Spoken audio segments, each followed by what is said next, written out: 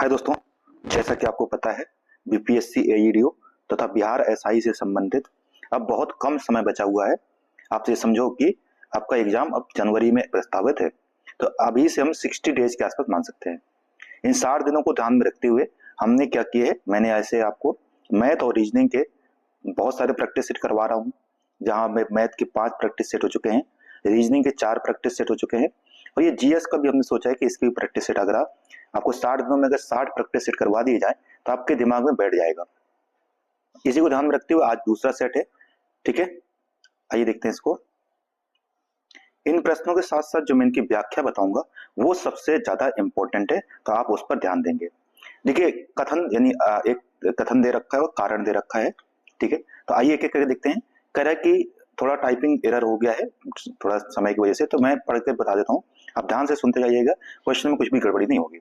कह रहा है कि जब एक व्यक्ति लिफ्ट में एक समान वेग से ऊपर या नीचे जाता है तो व्यक्ति के आभासी भार में कोई परिवर्तन नहीं होता है।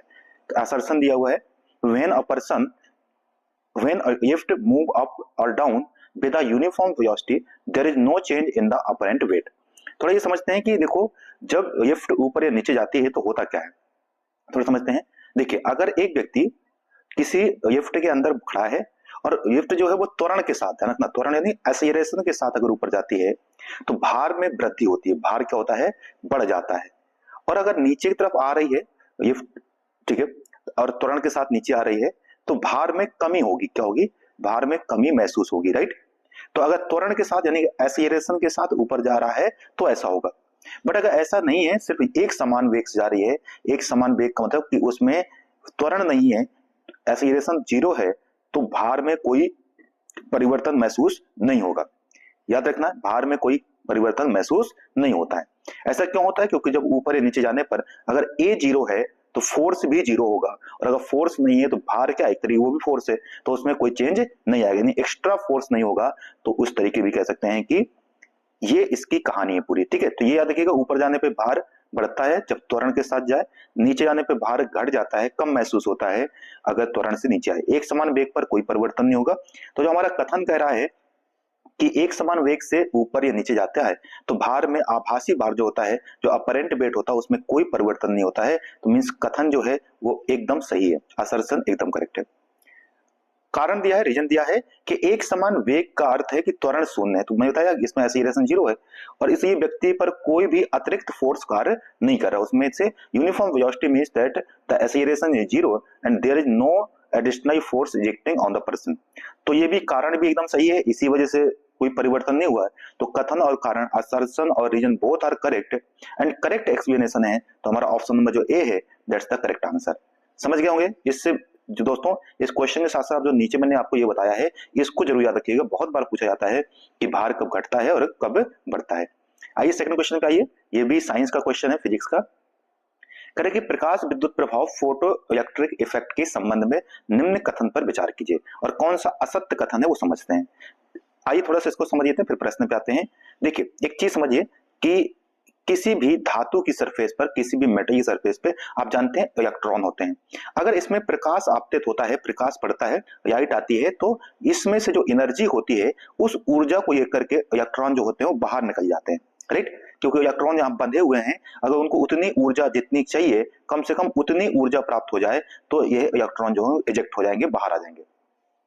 परंतु याद रखना एक चीज यहाँ पे कि इन इलेक्ट्रॉन को कम से कम एक मिनिमम एनर्जी तो चाहिए होती है, उससे कम ऊर्जा होगी तो उससे इलेक्ट्रॉन बाहर नहीं आ पाएंगे। इस ऊर्जा को जो होता है वो एच न्यू कहते हैं। न्यू जो है वो फ्रिक्वेंसी है, और इस फ्रिक्वेंसी को कहते हैं थ्रेशोल्ड फ्रिक्वेंसी। क्या कहते हैं इसको, थ्रेशोल्ड फ्रिक्वेंसी कहते हैं। हिंदी में इसको कहेंगे देहली ऊर्जा या देहली आवृत्ति कहते हैं। यानी अगर इस आवृत्ति से कम का प्रकाश आप इसमें आपतित करोगे तो इलेक्ट्रॉन बाहर नहीं आएंगे, परंतु इससे ज्यादा आवृत्ति यानी इससे ज्यादा फ्रिक्वेंसी का लाइट आएगी, इसमें पड़ेगी, तो वह इलेक्ट्रॉन इजेक्ट हो जाएंगे और ज्यादा गति से होंगे। जितना ज्यादा ऊर्जा का प्रकाश, जितनी ज्यादा एनर्जी का लाइट होगी उनकी, तो यानी आवृत्ति से, फ्रिक्वेंसी से क्या बढ़ता है, गतिज ऊर्जा। इलेक्ट्रॉन और तेजी से गति करते हैं तो गतिज ऊर्जा यानी कि काइनेटिक एनर्जी बढ़ेगी अगर आप फ्रिक्वेंसी बढ़ाते हैं, ठीक है। परंतु अगर प्रकाश में आप क्या बढ़ाते हैं, इंटेंसिटी बढ़ाते हैं, क्या बढ़ाते हैं, इंटेंसिटी बढ़ाते हैं, ठीक है। तीव्रता बढ़ाते हैं तो तीव्रता का मतलब हुआ कि और ज्यादा संख्या में फोटोन आएंगे। जो प्रकाश आता है, जो प्रकाश आता है, इस प्रकाश में फोटॉन्स होते हैं। अब थोड़ा उतना तो डीप में मत जाइए, आप ये समझिए फोटोन होते हैं। तो अगर आप इंटेंसिटी बढ़ाएंगे तो ज्यादा फोटोन आएंगे, और ज्यादा फोटोन आएंगे तो वो ज्यादा इलेक्ट्रॉन टकराएंगे, और ज्यादा इलेक्ट्रॉन टकराएंगे तो ये इमीडिएट तुरंत ये जो इलेक्ट्रॉन है जैसे इसको एनर्जी प्राप्त होगी इमीडिएट तुरंत ये क्या होगा, इजेक्ट हो जाएगा। तो इसमें क्या होता है, इससे नंबर ऑफ इलेक्ट्रॉनों की संख्या बढ़ती है कि ज्यादा इलेक्ट्रॉन इमिट होंगे अगर ज्यादा इंटेंसिटी है। परंतु अगर ज्यादा फ्रीक्वेंसी है, ज्यादा ऊर्जा है, तो उनकी गतिज ऊर्जा बढ़ जाएगी परंतु इलेक्ट्रॉनों की संख्या फिक्स रहेगी। और एक मिनिमम हमें चाहिए होती है, इससे कम का प्रकाश होगा तो चाहे उसकी इतनी भी इंटेंसिटी हो इलेक्ट्रॉन इजेक्ट नहीं होंगे। एक तो बात ये समझ में आई। दूसरा दोस्तों, एक बहुत महत्वपूर्ण क्वेश्चन जो बार बार पूछा जाता है, वो पूछा जाता है कि जो आइंस्टाइन थे, आइंस्टाइन को किस वजह से नोबेल पुरस्कार दिया गया था? तो इसी प्रकाश वैद्युत प्रभाव के कारण ही उनको इसका, ठीक है, प्रकाश वैद्युत प्रभाव यानी फोटो इलेक्ट्रिक इफेक्ट की वजह से ही उनको क्या किया था, नोबेल पुरस्कार दिया गया। तो ये इंपॉर्टेंट प्रश्न है, इसको तो किसी भी कीमत में नहीं वो करना है, स्किप करना है। अब आइए क्वेश्चन पे आ जाते हैं, ये समझ में आ गया। देखो तो पहला स्टेटमेंट क्या दिया है, कह रहा है कि हमें असत्य ढूंढना है, ठीक है। तो कह रहा है कि उत्सर्जित इलेक्ट्रॉनों की अधिकतम गतिज ऊर्जा आपतित प्रकाश की आवृत्ति पर निर्भर करती है। Maximum kinetic energy emitted electron depends on the frequency. अभी बताया मैंने कि जितनी ज्यादा फ्रीक्वेंसी उतनी ज्यादा ऊर्जा, और जितनी ज्यादा ऊर्जा उतनी ज्यादा काइनेटिक एनर्जी। नेक्स्ट है कि थ्रेशोल्ड फ्रीक्वेंसी से कम आवृत्ति का प्रकाश इलेक्ट्रॉन उत्सर्जित नहीं कर सकता। अभी बताया था कि अगर मिनिमम फ्रीक्वेंसी से कम की अगर प्रकाश होगा तो उससे इलेक्ट्रॉन इजेक्ट नहीं होंगे। तो ये भी सही है, ये भी सही। हमसे पूछा इनकरेक्ट। तीसरा कह रहा है number of electron emitted depends on the intensity. तो बताया मैंने आपको कि प्रकाश जो आता है उसकी जो तीव्रता होती है, तीव्रता नहीं है सॉरी, ये तीव्रता है, तो उस तीव्रता पर डिपेंड करता है। तो ये भी कथन सही है। फिर कह रहा है कि the photo electric emission is not instantaneous, तुरंत नहीं होता है, यह प्रक्रिया धीमी होती है। मैंने कहा था कि जैसे ही प्रकाश आएगा इलेक्ट्रॉन पड़ेगा, इलेक्ट्रॉन तुरंत एनर्जी एक सीधे इमीडिएट होगा, इजेक्ट होगा। तो ये स्टेटमेंट जो है इनकरेक्ट है। ये कह रहा है कि देर से होता है, जबकि इसमें क्या होता है, इमीडिएट इजेक्शन होता है। ठीक है, तो ऑप्शन नंबर जो डी है वही हमारा इनकरेक्ट है। ठीक है दोस्तों, कॉन्सेप्ट एक बार समझ जाएंगे तो बहुत आपके फिर काम आएगा। देखिए ऊष्मागतिकी के दूसरे नियम का तात्पर्य the second law of thermodynamics. आप जानते हैं थर्मोडायनामिक्स कई सारे नियम है, उसमें प्रथम नियम याद रखिएगा। प्रथम नियम कहता है किस पर, जो फर्स्ट लॉ है वो है ऊर्जा संरक्षण के नियम पर काम करता है। किसका? ऊर्जा संरक्षण के नियम पर। ठीक है, वही जो दूसरा नियम कहता है वो कह रहा है जो एंट्रोपी होती है किसी भी जो आइसोलेटेड कोई सिस्टम है, सिस्टम माने होता है कोई भी बर्तन या कुछ भी, मान लीजिए जहां पे हम एक्सपेरिमेंट करते हैं, तो the total entropy and isolated system always remains, ठीक है, इंक्रीज और रिमेन्स कांस्टेंट। ठीक है, तो याद रखिएगा जो एंट्रोपी होती है या तो बढ़ती है या हमेशा एक समान रहती है। तो देखो जैसे ये टूट फूट होता है कुछ भी सिस्टम, जैसे हम जानते हैं ना कि पूरा जो यूनिवर्स है वो क्या हो रहा है, एक्सपेंड कर रहा है, बढ़ रहा है। तो बढ़ रहा है तो दूर दूर जा रहे हैं, तो दूर जाएंगे तो क्या होगा, गति बढ़ेगी, यानी कि रैंडमनेस बढ़ेगी। और जो रैंडमनेस होती है पार्टिकल की उसको कहते हैं एंट्रोपी चेंज। तो एंट्रोपी या तो बढ़ेगी या तो नियत रहती है, यही इसका सही है। तो ये कहता है घटेगी नहीं कभी भी, एंट्रोपी कभी भी चेंज होगी तो इंक्रीज होगी, कभी भी डिक्रीज नहीं होगी, ये तो फिर कांस्टेंट रहेगी। तो ये टाइम के साथ एंट्रोपी इंक्रीज या कांस्टेंट रहती है, दूसरा नियम कहता है। प्रथम नियम किसको कहता है? ऊर्जा संरक्षण के सिद्धांत पर कार्य करता है, इतना याद रखिएगा। नेक्स्ट देखिए, निम्न में से कौन सा कार्बन का अपरूप नहीं है? Which of the following is not a allotrope of carbon. अब जानते हैं कार्बन के 3 आयोट्रोप्स होते हैं, एक है डायमंड, एक है ग्रेफाइट, एक है फ्लोरीन। ये जो ये कैन है ये इसका डायमंड का वो नहीं है, अपरूप नहीं है। कार्बन 3 फॉर्म में एग्जिस्ट करता है, डायमंड के रूप में, ग्रेफाइट के रूप में और फ्लोरीन के रूप में। ग्रेफाइट का याद रखिएगा, ये एकमात्र ऐसा है जो मतलब ये आप जानते हैं कि अधातु है, परंतु ये विद्युत का अच्छा चालक होता है, यानी कि गुड कंडक्टर होता है। ठीक है, तो ये याद रखिएगा, इंपॉर्टेंट है, पूछा जा सकता है, बहुत बार पूछा गया है। तो वैसे तभी आंसर यहां हो जाएगा सी, क्योंकि यह ग्रेफाइट सॉरी यह कार्बन का अपरूप नहीं है। ठीक है, नहीं देखिए, करे किसी द्रव के पृष्ठ तनाव, सॉरी यहाँ पे एक मिनट, आपसे पूछा है कि जो कोई द्रव है उसके पृष्ठ तनाव पर क्या प्रभाव पड़ता है, किसका? तापमान का। What is the effect of temperature on the surface tension of a liquid. याद रखिएगा दोस्तों, देखो सरफेस टेंशन क्या होता है, कोई भी जो द्रव होता है उसके ऊपर एक छोटी सी परत के रूप में, एक मेम्ब्रेन के रूप में ऐसा बन जाता है। आपने देखा होगा मक्खी वगैरह पानी में बैठ जाती है, वो डूबती नहीं है क्योंकि परत के रूप में दिखता है। अब तापमान बढ़ाते हैं तो परत क्या हो जाती है, टूट जाती है। कपड़े धोते समय आप जानते हैं गर्म पानी से कपड़े धोते हैं तो कपड़े अच्छे साफ होते हैं क्योंकि पृष्ठ तनाव क्या होता है, कम होता है। तो क्या होता है, तापमान बढ़ने से पृष्ठ तनाव कम हो जाता है, डिक्रीज हो जाता है। तो decrease with increase in temperature, तो याद रखिएगा decrease with increase in temperature. वहीं अगर आप पूछा होगा, कई बार पूछता है कि जो पानी की बूंदे होती है, जो बरसात होती है, वर्षा की जो बूंदे होती है वो राउंड शेप में क्यों होती है, स्क्वायर के शेप में क्यों होती है, गोले के शेप में क्यों होती हैं? इसका भी एक कारण क्या है, वो है पृष्ठ तनाव। मोस्ट इंपोर्टेंट है, पूछा जाएगा। तो वर्षा की जो बूंदे होती हैं गोले होती हैं, राउंड शेप में होती है, वजह क्या है, वह है पृष्ठ तनाव, सरफेस टेंशन। मोस्ट इंपोर्टेंट है, याद रखिएगा। ठीक है, नेक्स्ट देखिए, कह रहे कि जो बर्नौली सिद्धांत है वह किसके संरक्षण पर काम करता है? Bernoulli principle is based on the conservation of what? तो ये ऊर्जा संरक्षण के सिद्धांत पर काम करता है। ये कहता है कि अगर किसी मतलब कोई द्रव है, ये किसी पाइप में बह रहा है, तो इसके किसी भी पॉइंट पर सभी ऊर्जाओं का जो समय है, सभी एनर्जी का जो सम होगा, योग होगा, वो हमेशा नियत रहता है। चाहे आप यहाँ पे पता कीजिए, यहाँ पता कीजिए, यहाँ पता कीजिए, सभी प्रकार की ऊर्जा का योग कितना रहता है, हमेशा कांस्टेंट रहता है। तो ये एनर्जी कंजर्वेशन के सिद्धांत पे काम करता है, इंपॉर्टेंट है। ठीक है, नहीं देखिए, डॉपलर प्रभाव जो होता है ये किस पर कार्य करता है? What the Doppler effect applies on which of the following? तो देखिए डॉपलर इफेक्ट क्या होता है, यह फ्रीक्वेंसी पर, आवृत्ति पर निर्भर करता है। आपने एक सुना होगा, ज्योग्राफी में पढ़ा होगा, रेड शिफ्ट, कि जो ब्रह्मांड जो बढ़ता जा रहा है तो उसमें जो होता क्या है कि अगर विब ग्योर पढ़ा है ना हमने, विब ग्योर, ठीक है। तो विब की ओर में क्या होता है कि जब प्रकाश हमसे दूर जाता है तो यहां से वी से आर की तरफ शिफ्ट होता है, रेड की तरफ शिफ्ट होता जाता है। जैसे जैसे दूर जाता जाएगा प्रकाश, तो ये देखेगा, फिर उसके बाद ये, और दूर जाते हैं सबसे अंत में कौन सा दिखता है, रेड प्रकाश दिखता है। उसी प्रकार ध्वनि में भी होता है। आप देखो जो कोई बस दूर से पास आती है या पास से दूर जाती है तो उसके ध्वनि में अंतर आता है। ये दोनों प्रभाव को कहते हैं हम डॉपलर इफेक्ट। तो ये किस में दिखेगा, दोनों में, बोथ साउंड एंड लाइट। तो ऑप्शन नंबर जो सी है, that's the correct answer. Next देखिए, निम्न में से कौन एक थर्मोसेटिंग प्लास्टिक है? थर्मो, देखो दो टाइप प्लास्टिक होता है, एक होता है थर्मोप्लास्टिक, एक होता है थर्मोसेटिंग। थर्मो वो है जिसको आग में गर्म करने पर हीट करेंगे तो क्या हो जाएगा, वो एकदम बेंड हो जाता है। परंतु दूसरा होता है थर्मोसेटिंग, जिसको हीट करने पर वो कभी भी बेंड नहीं होता है। जैसे आपने देखो स्विच बोर्ड जो होता है, वो स्विच बोर्ड क्या है, थर्मोसेटिंग प्लास्टिक का ही एग्जाम्पल है। ठीक है दोस्तों, तो अब बताइए कि कह रहा है कि इसमें से कौन सा है जो थर्मोसेटिंग का उदाहरण है। एग्जाम्पल पूछा थर्मोसेटिंग का, तो इसमें जो आंसर हो जाएगा हमारा वो है बेकलाइट। ये जो है ये इसका थर्मोसेटिंग का एग्जाम्पल है, तो Bakelite is the correct answer. ठीक है, ये थोड़ा हार्ड होता है, कठोर होता है, और हीट करने पर यह मुड़ता नहीं है। ठीक है, थर्मोसेटिंग। और थर्मो क्या होता है, जो हीट करने पर बेंड हो जाता है, जैसे पॉलीथीन, पीवीसी और टेफ्लॉन। तो ये याद रखिएगा। ठीक है, ये टेफ्लॉन ध्यान रखना कि ये थर्मोसेटिंग नहीं है। ठीक है, एक चीज याद रखिएगा। नेक्स्ट देखिए, कह रहे कि एक तरफ कुछ मतलब एक तरफ अयस्क दे रखे हैं और आपको एक तरफ धातु दे रखी है, यानी कि मेटल दे रखा है, और एक तरफ ओर्स दे रखा है, और उसको मैच करना है कि कौन सा किसका है। आपने ये तो जानते होंगे कि हेमेटाइट मैग्नेटाइट जरूर पढ़ा होगा ज्योग्राफी में। हेमेटाइट और मैग्नेटाइट ये दोनों आयरन के ओर्स होते हैं, हेमेटाइट और मैग्नेटाइट। तो आयरन का है, तो अगर हम बी को मैच कर दें किससे, डी से, यानी तीसरे से मैच कर दीजिए।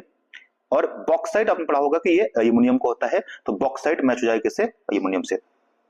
ठीक है, वही जो कैलामाइन है जस्ते का है, इंपॉर्टेंट याद रखिएगा। और मेयाकाइट जो है, मेयाकाइट जो है वो कॉपर का है। तो ए का हो गया हमारा, जो हो गया वो मैच हो गया किससे, सेकंड से।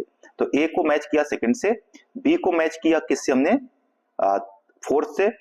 दोस्तों इसमें, ठीक है, तो ये थोड़ा सा मिसप्रिंट हो गया है इसमें, आप इसको, ठीक है, ये सेकंड है थोड़ी। तो ए को सेकंड से, बी को फोर्थ से, और सी जो है वो 1 से हो जाएगा, और डी जो है वो हमारा वो हो जाएगा थर्ड से। तो इसमें थोड़ा मिसप्रिंट है, ये मिस टाइपिंग है। तो ऑप्शन नंबर जो बी है वो करेक्ट है। ठीक है, आप याद रखिएगा कि ये हेमेटाइट मैग्नेटाइट आयरन का है, बॉक्साइट जो है वो एल्यूमिनियम का है। ठीक है, जो मैनाकाइट है वो किसका है, कॉपर का है, और कैलामाइन जो है वो जस्ते का है। ठीक है, तो ये याद रखिएगा इस, ठीक है। और एक सिनाबार भी होता है, याद रखिएगा वो भी, सिनाबार। सिनाबार जो होता है वो होता है मरकरी का। किसका होता है, मरकरी यानी पारा का। तो ये इंपॉर्टेंट है क्योंकि ये एनसीईआरटी में दिया हुआ है, इस वजह से। ठीक है, नेक्स्ट देखिए, what is the main function of the buffer solution, कि बफर जो ये है ना उसका मुख्य कार्य क्या है। तो देखिए बफर में कुछ नहीं होता है, याद रखिएगा कि जो बफर सॉल्यूशन होता है इसमें थोड़ा सा ऑप्शन, तो बफर याद रखिएगा, बफर एक ऐसा सॉल्यूशन है कि अगर आप इसमें थोड़ा सा एसिड या थोड़ा सा बेस मिक्स कर दें तब भी इसके पीएच में कोई चेंज नहीं आता है। तो resist a change in pH, ठीक है, on addition of small amount of acid और बेस। तो थोड़ी मात्रा में भी एसिड या बेस मिक्स करेंगे तब भी इसमें पीएच में कोई परिवर्तन नहीं होता है। तो ऑप्शन नंबर बी इसका सही है। तो याद रखना बफर सॉल्यूशन क्या है, जिसके पीएच में कोई चेंज नहीं होता है, अगर आप उसमें थोड़ा सा भी एसिड या थोड़ा सा बेस मिक्स करें। तो ऑप्शन नंबर बी एकदम की करेक्ट हो जाएगा। निम्न में से कौन सी गैस हास्य गैस है, कौन सी याफिंग गैस है। तो आप पढ़ते होंगे कि नाइट्रस ऑक्साइड जो होती है, ठीक है, नाइट्रस ऑक्साइड वो एक याफिंग गैस होती है। N2O, तो दैट्स द सी ऑप्शन जो है, नाइट्रस ऑक्साइड एक याफिंग गैस है। ठीक है दोस्तों, करें कि किसी रासायनिक अपक्रिया की दर की उत्प्रेरक किस प्रकार से प्रभावित करता है। जो रासायनिक अपक्रिया की दर होती है, how does the catalyst affect the rate of a chemical reaction. तो याद रखिएगा जो रेट है ये गतिज ऊर्जा को, यानी कि जो, तो देखिए किसी भी एनर्जी की जो हमें जानते हैं अगर अपक्रिया पूरी करवानी है तो उसमें आपको जो सक्रिय ऊर्जा होती है, संकीर्ण ऊर्जा जिसको कहते हैं, वो कम होनी चाहिए, यानी एक्टिवेशन एनर्जी जो होनी चाहिए वो कम होनी चाहिए, क्योंकि एक्टिवेट करने की जो एनर्जी है वो जितनी कम होगी आसानी से रिएक्शन उतना तेज हो जाएगी। तो जो कैटालिस्ट होता है उसका काम क्या होता है कि ये जो एक्टिवेशन एनर्जी होती है, जो सक्रिय ऊर्जा होती है, इसको घटा देता है, जिससे रिएक्शन आसानी से तेजी से होती है और अपक्रिया की जो दर है, रेट जो बढ़ जाता है।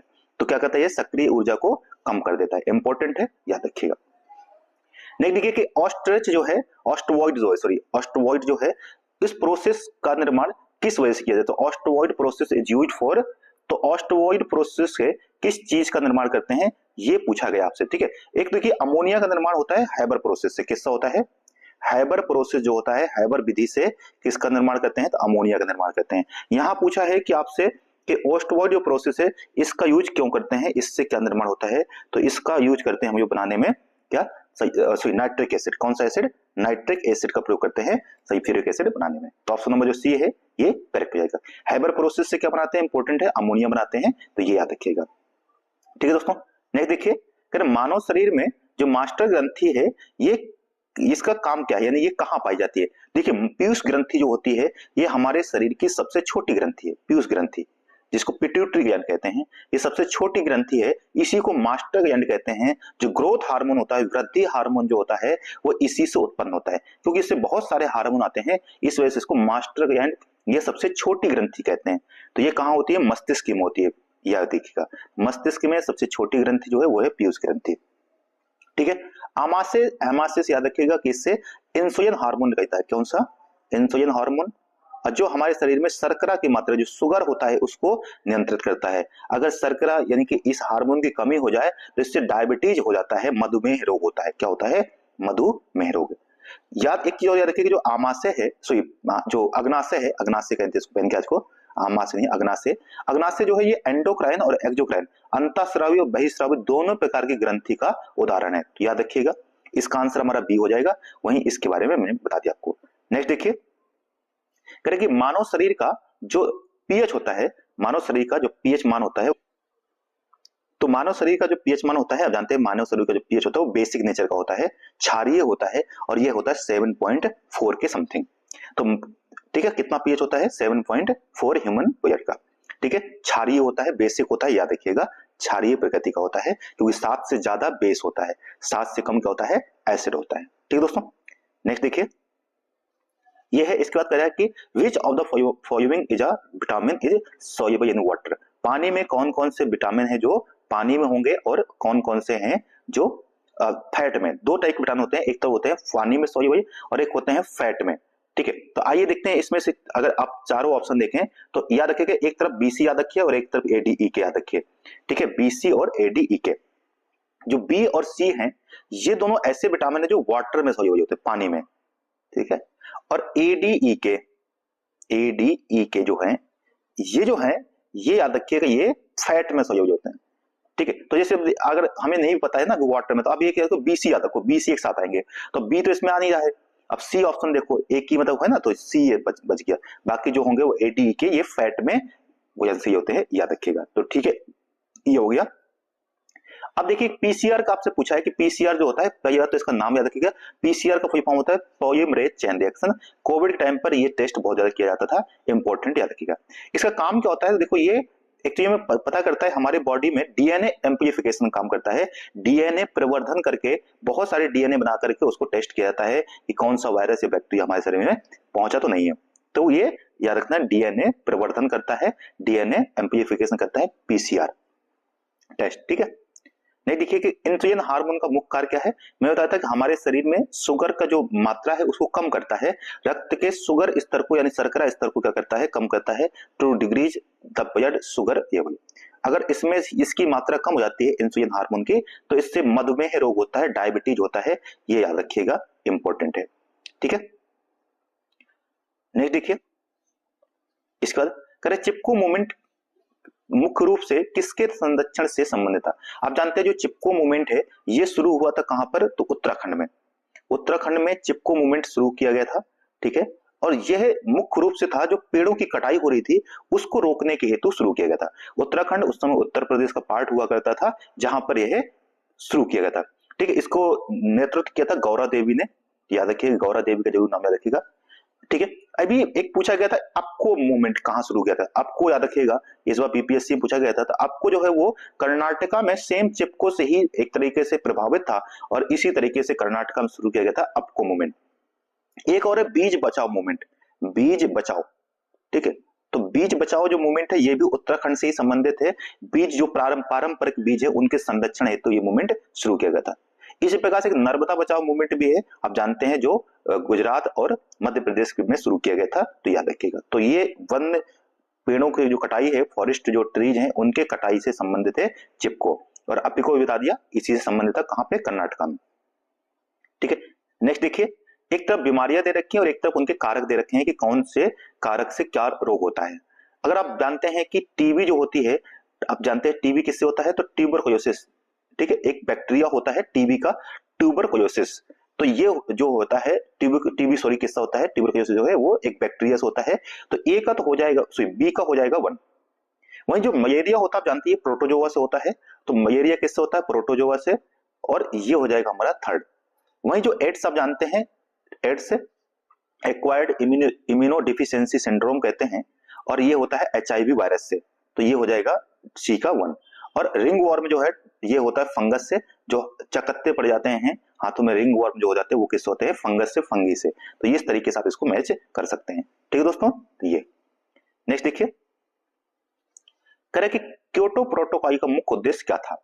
तो क्योटो जो प्रोटोकॉल है उसका मुख्य उद्देश्य आपसे पूछा गया है। अगर यहां बात करें एक, तो जैसे कि ओजोन परत संरक्षण से बहुत ज्यादा इंपॉर्टेंट पूछा जाता है, वो है हमारा मॉन्ट्रियल प्रोटोकॉल, ठीक है। मॉन्ट्रियल प्रोटोकॉल का संबंध किससे है, आप जानते हैं, मॉन्ट्रियल प्रोटोकॉल जो है, ठीक है,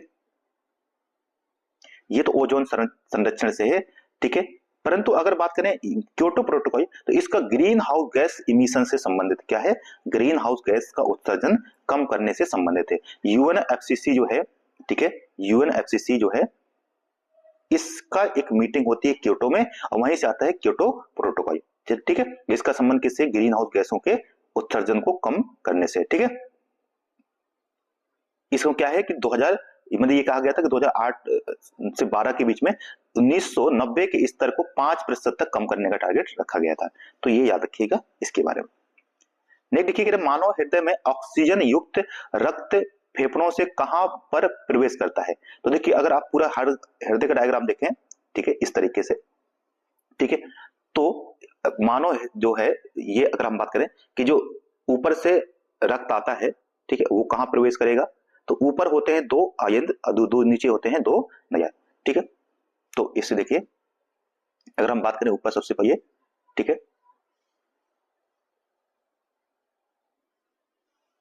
इस तरीके से ये फेफड़े हैं, फेफड़े से ये रक्त सबसे ऊपर आता है, फिर ठीक है, फिर ये इससे नीचे जाता है, और फिर ये बॉडी में जाता है, शरीर में जाता है, फिर ये शरीर से फिर ऊपर आता है, और ये फिर नीचे जाकर के शरीर से फिर कहा जाता है, फेफड़ों में जाता है, ठीक है। ये होते हैं फुफ्फुस, याद रखना, ये जो रक्त ये क्या है, इसे कहते हैं फुफ्फुस, शिरा, पल्मोनरी वेन्स, ये होती हैं धमनियां, और फिर ये होते हैं सिरा, याद रखिए यहाँ पे सिरा, फिर ये होते हैं फुफ्फुस धमनी, फुफ्फुस धमनी। अब देखिए ऊपर वाले जो सिरा है इसे कहते हैं बायां, जो लेफ्ट है बायां, ठीक है, आयंद है, यानी कि लेफ्ट ऑट्रियम है, और ये बायां नया है, वेंट्रिकल्स है।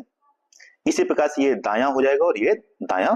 तो देखो ये है हृदय, सॉरी फेफड़े, फेफड़े शुद्ध रक्त कहाँ आता है, तो ये आता है लेफ्ट ऑट्रियम में, बायां नया में आता है। तो ऑप्शन नंबर बी एकदम की करेक्ट है, ठीक है। नेक्स्ट देखिए, करे कि इन फूड चेन, खाद्य श्रृंखला जो होती है इन फूड चेन, ठीक है, who are the primary consumer. देखिए सबसे पहले होता है उत्पादक, उत्पादक जैसे घास, और जो घास को खाता है उसे कहते हैं प्राइमरी कंज्यूमर, प्राथमिक उपभोक्ता, ठीक है। तो जैसे अगर घास को कौन खाएगा, बकरी खाएगी सपोज, तो बकरी कौन हो गया, प्राथमिक उपभोक्ता। बकरी को इंसान ने खाया, मनुष्य ने खाया, तो मनुष्य हो गया द्वितीय उपभोक्ता। तो इस तरीके से तो जो घास यानी कि जो पेड़ पौधे यानी कि पादपों को खाते हैं, जो शाकाहारी होते हैं वो हमारे कौन से होते हैं, प्राथमिक उपभोक्ता होते हैं। तो प्राथमिक उपभोक्ता कौन से जाएंगे, शाकाहारी, ठीक है। शाकाहारी यानी कि बी जो ऑप्शन है एकदम की करेक्ट है, शाकाहारी कौन होंगे, प्राथमिक उपभोक्ता, ठीक है दोस्तों। नेक्स्ट देखिए, कह कि कंप्यूटर में जो कैश मेमोरी होती है वो कहां पर होती है, in a computer where is the cache memory जो लोकेटेड। तो जो कैश मेमोरी होती है ये हार्ड डिस्क और रैम के बीच में होती है। कहां पे होती है, हार्ड डिस्क और रैम के बीच में होती है, between the hard disk and RAM, ठीक है। नेक्स्ट देखिए, कह 15 सितंबर को बंबई के 15 सितंबर 2025 को भारत के 15 सितंबर 2025 को भारत के पहले क्वांटम कंप्यूटिंग आधारित दूरसंचार नेटवर्क का अनावरण किस शहर में किया गया है, इन विच सिटी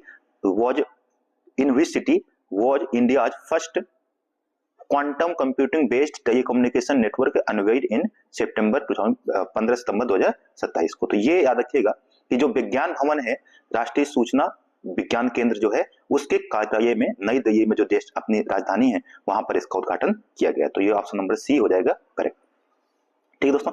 नेक्स्ट देखिए, एक चर्चित पुस्तक है जिसका नाम है, जो चर्चित पुस्तक है the architect of new India, किसकी पुस्तक है जिसका विमोचन 5 अक्टूबर 2025 को किया गया है। Who wrote the acclaimed book the architect of new India which was released in on 5 अक्टूबर 2025। यह देखिएगा ये विवेक देवराय जी की पुस्तक है। ऐसी बहुत सारी किताबें हैं जो विवेक देवराय, सॉरी कई सारे राइटर ने इसी नाम से बुक लिखी हैं। यहाँ पे जो ऑप्शन हो जाएगा वो विवेक देवराय हो जाएगा, ठीक है दोस्तों। नेक्स्ट देखिएगा, 1 नवंबर 2025 को भारतीय रिजर्व बैंक ने अपनी जो डिजिटल करेंसी का कौन सा चरण शुरू किया। तो 1 नवंबर 2025 को आप जानते हैं कि जो सीबीडीसी है, डिजिटल करेंसी जो है, ये किसने जारी की है, तो आरबीआई ने। एक तो यही याद रखिएगा कि आरबीआई ने अपनी जो करेंसी जारी की है, डिजिटल करेंसी, वो किसने जारी की है, तो आरबीआई ने। मोस्ट इंपोर्टेंट है। अगर आंसर पूछा जाए तो अभी जो जारी किया गया है, यह इसका दूसरा चरण था, सेकेंड फेज था। तो याद रखिएगा दूसरा चरण, ठीक है, दूसरा चरण है। तो ये इसका सही आंसर हो जाएगा सेकेंड फेज। हाल ही में जारी वैश्विक नवाचार सूचकांक 2025 ग्लोबल इनोवेशन इंडेक्स 2025 में भारत को कौन सा स्थान प्राप्त हुआ है। तो याद रखिए इसका आंसर जो है A38 रैंक। इसको जारी कौन करता है, तो वीपो जारी करता है, ठीक है, वर्ल्ड इंटेलेक्चुअल प्रॉपर्टी राइट।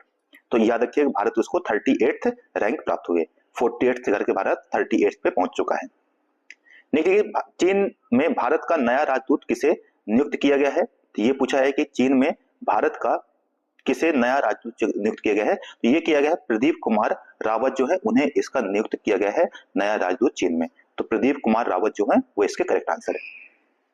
नहीं देखिए, विश्व बैंक के नए अध्यक्ष के रूप में किसे चुना गया है, तो who has been elected as the new president of the World Bank. तो ये है अजय बंगा जी। अजय बंगा इसके नए अध्यक्ष के रूप में चुने गए हैं, ठीक है। नेक्स्ट देखिए, 80वें संयुक्त राष्ट्र महासभा के सत्र में भारतीय प्रतिनिधि का नेतृत्व कौन करेगा।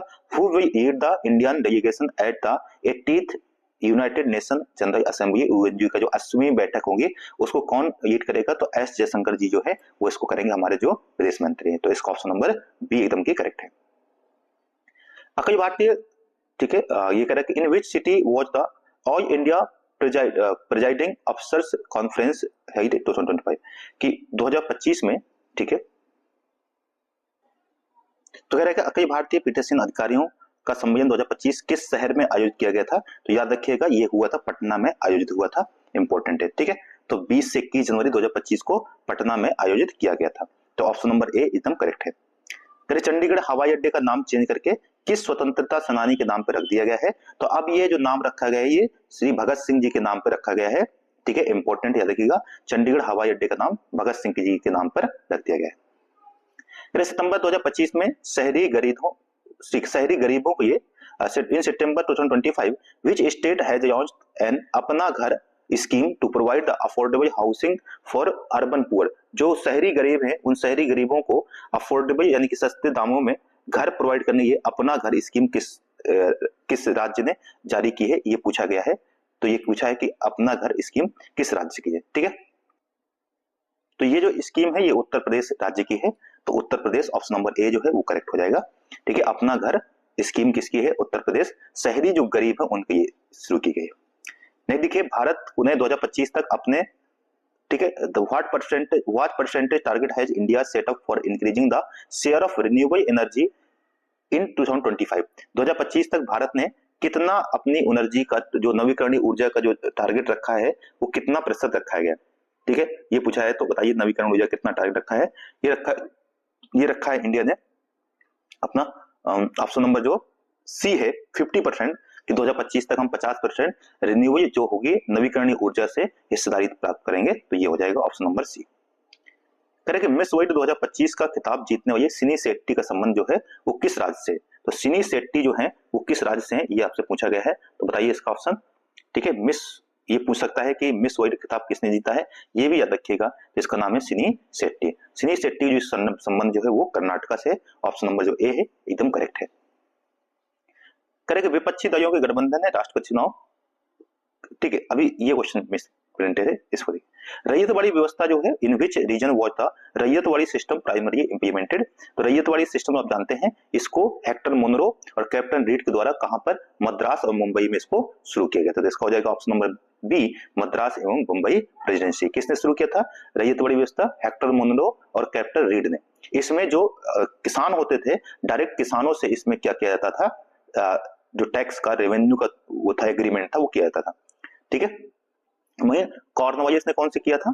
तो कॉर्नवालिस ने किया था स्थायी बंदोबस्त, ठीक है, स्थायी बंदोबस्त जो बंगाल के क्षेत्र में काम कर रही थी, ठीक है, बंदोबस्त। नहीं देखिए, अशोक के जो स्क्रिप्ट हैं, who was the first to differ the Ashoka's inscription. तो जेम्स प्रिंसिप जो है इसने अशोक के जो स्क्रिप्ट डिफर किए थे इनके इंस्क्रिप्शन को अशोक के, तो किसने? जेम्स प्रिंसिप ने। नेक्स्ट देखिए, भारतीय संविधान की प्रस्तावना में किस अधिनियम द्वारा अमेंडमेंट किया गया था, सुधार किया गया था? तो आप जानते हैं 42 अमेंडमेंट जो है इसके द्वारा 3 शब्द जो जोड़े गए थे, पंथ निरपेक्ष, ठीक है, और समाजवाद, ठीक है, समाजवाद, और एक शब्द बताइए आप कमेंट में कौन सा जोड़ा गया था, ठीक है। नेक्स्ट देखिए, करें कि NITI Aayog has been formed place of the which institution.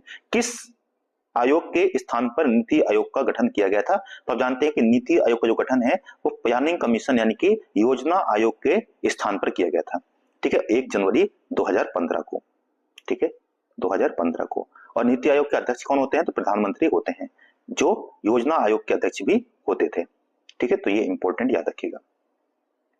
Next देखिए, भारत की जनगणना 2011 के अनुसार सबसे कम जनसंख्या घनत्व किस राज्य का है? तो ये आप जानते हैं ये अरुणाचल प्रदेश जो है सबसे कम जनसंख्या घनत्व है। वहीं सबसे ज्यादा पूछा जाए तो ये बिहार का है, ठीक है।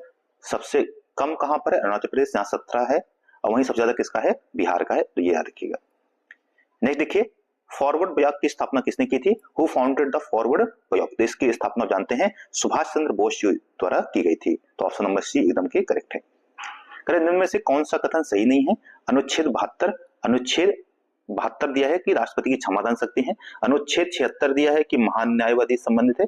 अनुच्छेद 78 दिया है कि प्रधानमंत्री कर्तव्य संबंधित है। और अनुच्छेद 80 दिया है कि लोकसभा की जो संरचना है उससे संबंधित है। तो इसमें जो 80 है यही एकदम की करेक्ट है। ये अनुच्छेद 80 ना होकर के अनुच्छेद 81 होना चाहिए था, आर्टिकल 81। तो बाकी सारे सही है, ए बी सी, और ये रॉन्ग है। नेक्स्ट देखिए, कह रहे वेदों की ओर योटो का नारा किसने दिया था? तो आप जानते हैं इसका नारा दिया था स्वामी दयानंद सरस्वती जी ने। स्वामी दयानंद सरस्वती वही हैं जिन्होंने आर्य समाज की स्थापना की थी, आर्य समाज की स्थापना की थी। और इनकी पुस्तक का नाम क्या है? सत्यार्थ प्रकाश। सत्यार्थ प्रकाश जो है इनकी महत्वपूर्ण पुस्तक है, ठीक है। और इन्होंने ही शुद्धि मूवमेंट शुरू किया था, शुद्धि आंदोलन शुरू किया था, क्योंकि जो व्यक्ति हिंदू धर्म छोड़ चुके थे वो वापस हिंदू धर्म में आए, उस हेतु ने मूवमेंट शुरू किया था। तो ये राजा दयानंद सरस्वती जी से याद रखिएगा, इंपॉर्टेंट है। Option number C. कह रहे बिहार में प्रवाहित होने वाली निम्न नदियों में से कौन सी उत्तर की ओर प्रवाहित होती है? तो आप जानते हैं कि बागमती, गंडक और कोसी, ये तीनों नदियां जो है वो उत्तर से दक्षिण तरफ प्रवाहित होती हैं। वहीं जो सोन नदी है जो अमरकंटक से आती है, अमरकंटक यानी कि मध्य प्रदेश से आती है, ठीक है, वो कहां से आती है? अमरकंटक से, और ये दक्षिण से जाकर के गंगा नदी में मिलती है। तो कौन सी हो जाएगी इसमें? सोन नदी इसका आंसर हो जाएगा, जो दक्षिण से जाती है, उत्तर की ओर प्रवाहित होती है, दक्षिण से जाकर के उत्तर की ओर प्रवाहित होती है, ठीक है। निम्न में से कौन सी जोड़ी जो है वो सही है? तो विक्रमशिला इसकी स्थापना धर्मपाल ने करवाई थी, एकदम सही है। नालंदा विश्वविद्यालय समुद्रगुप्त कह रहा है, जबकि इसका कुमारगुप्त हो जाएगा, ठीक है। और उदंतपुरी जो है अशोक दिया है, इसका गोपाल होगा।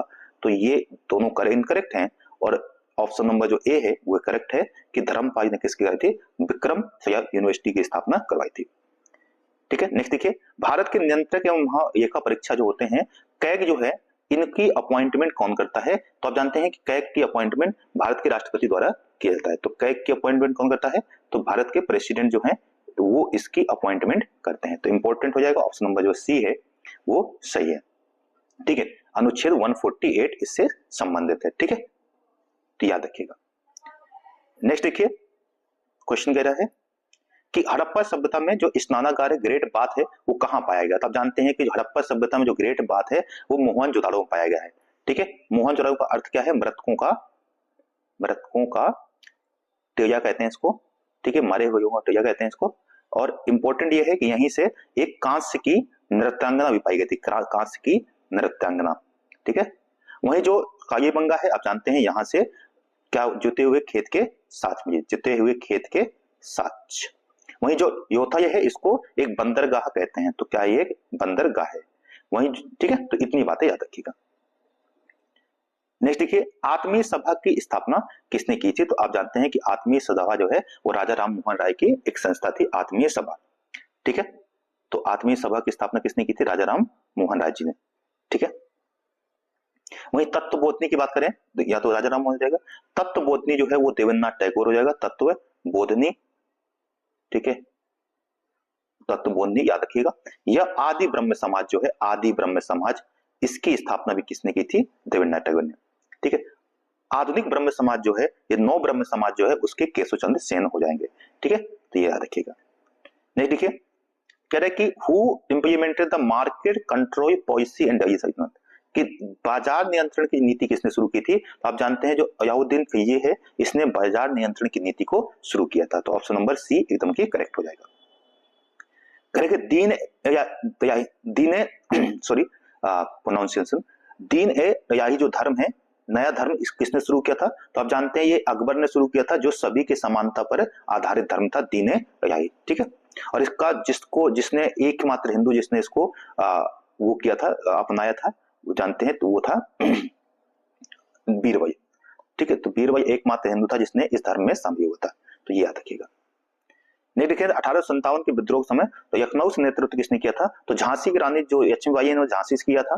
तात्या टोपे भी ये कानपुर से नाना साहब के साथ थे, नाना साहब के साथ कानपुर, और फिर उसके बाद जब उनके बाद हुए झांसी आ गए थे। बेगम हजरत महल जो है आप जानते हैं ये लखनऊ से नेतृत्व कर रही थी, ठीक है। और बाबू कुंवर सिंह जो है ये बिहार के जगदीशपुर, आरा जगदीशपुर से, वहां से ये नेतृत्व कर रहे थे, ठीक है, इंपॉर्टेंट है। कह रहे थियोसॉफिकल सोसाइटी की स्थापना किसने की थी? Who founded the theosophical society?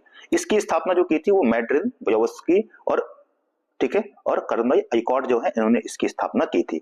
बाद में इसका जो हेडक्वार्टर था वो उत्तर भारत के अडयार में स्थापित किया गया था, अडयार में स्थापित किया गया था। और इसकी मृत्यु के बाद फिर इसको आगे बढ़ाया किसने? एनी बेसेंट जी ने। तो याद रखिएगा, एनी बेसेंट जो है वो कांग्रेस की प्रथम अध्यक्ष भी रही है, विमेंस अध्यक्ष, ठीक है, तो याद रखिएगा। तो ये याद रखिएगा, कौन हो जाएगा उसका? ऑप्शन नंबर बी हो जाएगा यहाँ पर। माउंट किलिमंजारो जो है वो किस देश में है? तो आप जानते हैं कि जो माउंट किलिमंजारो है ये तंजानिया में स्थित है, इंपॉर्टेंट है, तंजानिया में माउंट किलिमंजारो। करें डाउन्स जो है वो घास के मैदान कहाँ पाए जाते हैं? तो जो डाउन्स घास के मैदान है वो ये पाए जाते हैं साउथ अफ्रीका में।